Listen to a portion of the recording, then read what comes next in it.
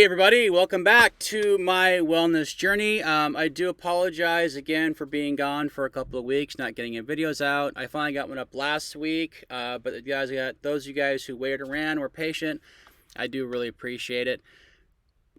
Gonna be honest with you guys, sometimes I just kind of get lazy and I don't want to do anything. I enjoy making videos. I enjoy posting videos. I love sharing my journey with you guys, and I love that you guys are with me on this, and I love reading your comments.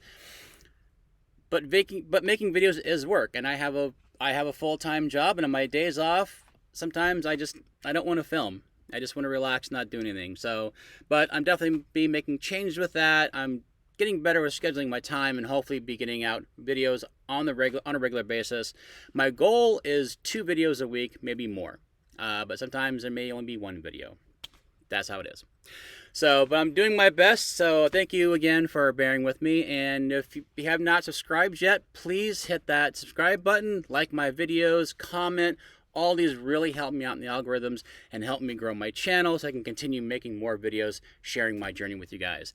And one last thing, one big shout out to my new Patreon subscribers, my first 3 Patreon subscribers, John, Chuck, and Carl. Thank you guys so much. I really appreciate the help. It helps so much. And if you guys want to help me out on my journey, you can join up for either $4 a month or $8 a month. You guys get to see exclusive Patreon-only content, and I post videos there first before they go up on YouTube. Usually. Sometimes a little behind, but normally they'll be up first. You guys will get to see that. So, you guys want to help out? The link is below in the description. So, I did make a video back along called Van Life Not What I Expected. And it really talked a lot about how difficult van life has been for me, or was in the beginning. Things I knew were going to happen, but still really, really shocked me and took a while to kind of get used to. So, but today I want to discuss with you guys what I like about van life. Things that I've really enjoyed about living in a van and being a nomad. And I was kind of making out a list of all these things, and they all really came down to one thing: freedom. Freedom. Freedom to do a lot of different things. So, number 1, freedom from paying rent. I don't have to pay someone else money to stay in one place. I don't have to pay rent on a house so some other dude can own that house. I don't have to spend 25, 30 years paying a mortgage to a bank to live in a house that by the time it gets paid off, I'll probably be too damn old to enjoy it anyway. I'm in my 50s. I'm not signing a mortgage now. Screw that. No way. I'll be dead before I pay it off, probably. Hopefully. Maybe. Who knows? My luck, I'll live to be 100, right? Maybe I'll still be in a van when I'm 100. Hey, why not? But it's a freedom from that. I get to take that money that I would normally pay in rent, and I get to keep it. I get to put it into my van. I get to make improvements on my van to make it more comfortable, to make it winter ready, to make it more off-road ready. I want to be off-road more than on-road. I want to be camping. I want to be out in the backcountry more than the cities. That's my ultimate goal.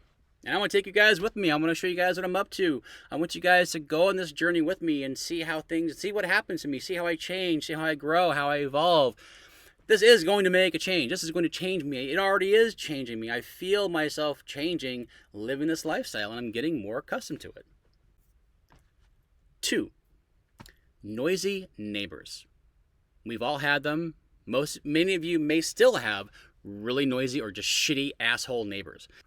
You got neighbors who make a lot of noise. I lived in Venice Beach, and this guy would have parties 3 or 4 nights a week till 2 or 3 o'clock in the morning, and I had to be to work at 9 a.m.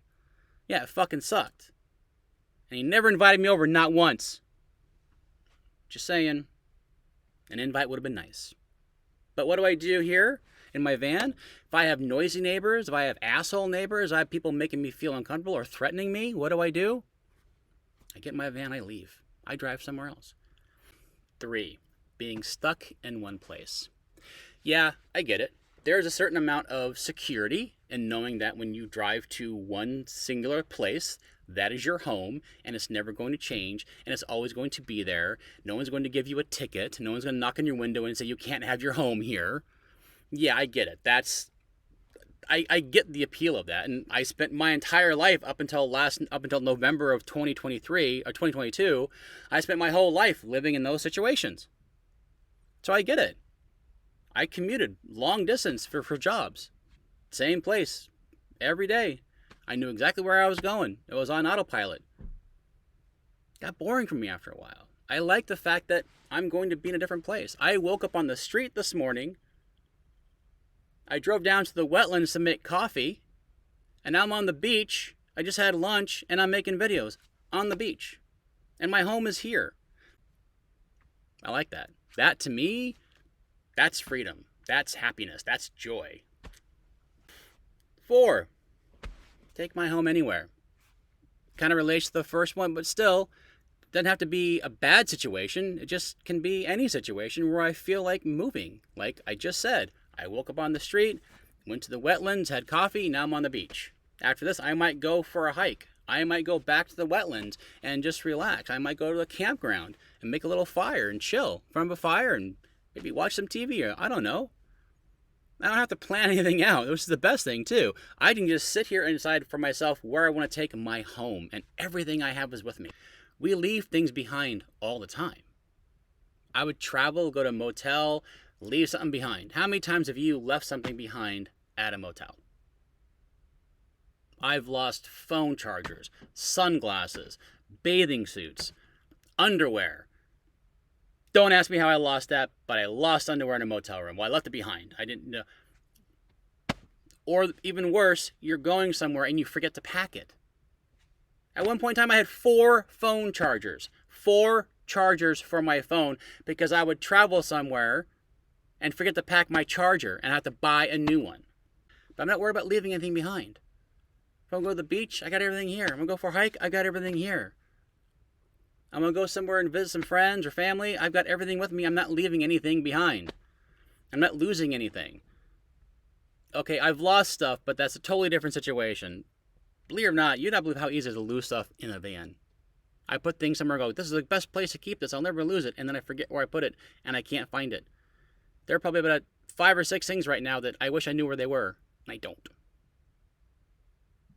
Be that as it may, still, everything I own is with me. And I love the fact I don't own a whole lot anymore. 5, expensive home renovations. So, yes, recently I had to get my brakes fixed. I had to get new brake pads, rotors.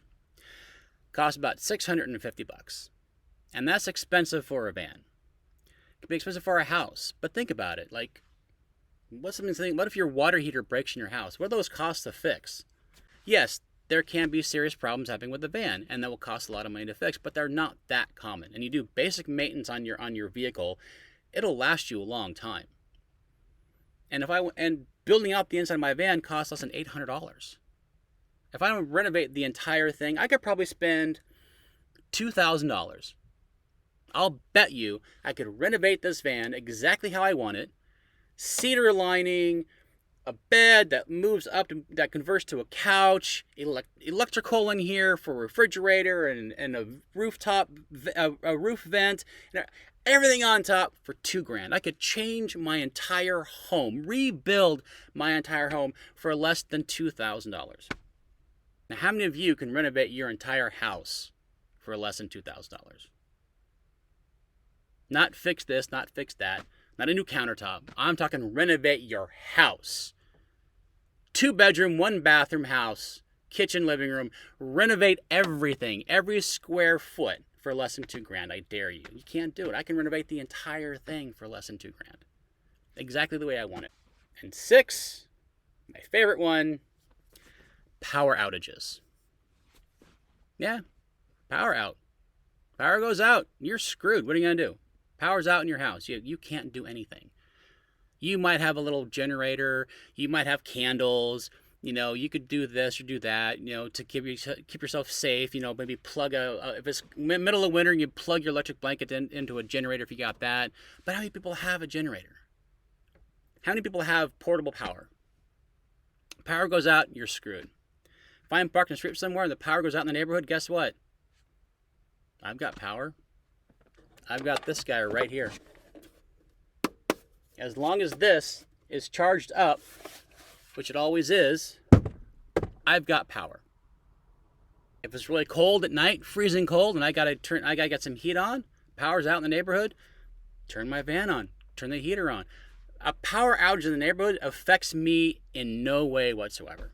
I am completely self-contained. It doesn't matter to me what happens outside. Those are just 6 things that I love about van life, that make me feel free, that make me feel not constrained, not restricted, not feel those things I always felt before.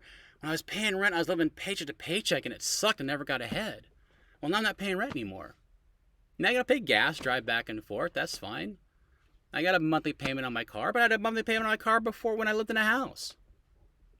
Really, all I'm dropping is rent payment. I still have a car payment. I still have insurance. I still have gas to pay for. But it's way less than paying rent. And I was paying $650 a month to live in a garage. Now, it was a small, little, nicely finished garage, but it was still a garage. I'm living in a garage. 50-year-old man living in a garage. And I'm looking to rent a room in this area. I'd be lucky to get a room for $800 to $1,000 a month. I was probably looking at spending $1,200 a month. All those other things, to me, that's trapped. That's feeling trapped. That's not being able to go anywhere, do anything that you really want to do. Unless you're making a butt ton of money, which I never have. So, for me, this is my life, and I love it. So, there you guys have it. Those are 6 things I love about living in a van. And it makes me happy, and it brings me joy. And it's tough. It's not always easy. Sometimes it's boring. And I've had some nights where I've been a little nervous, hearing doors slam. Well, is it a cop coming knock on my window?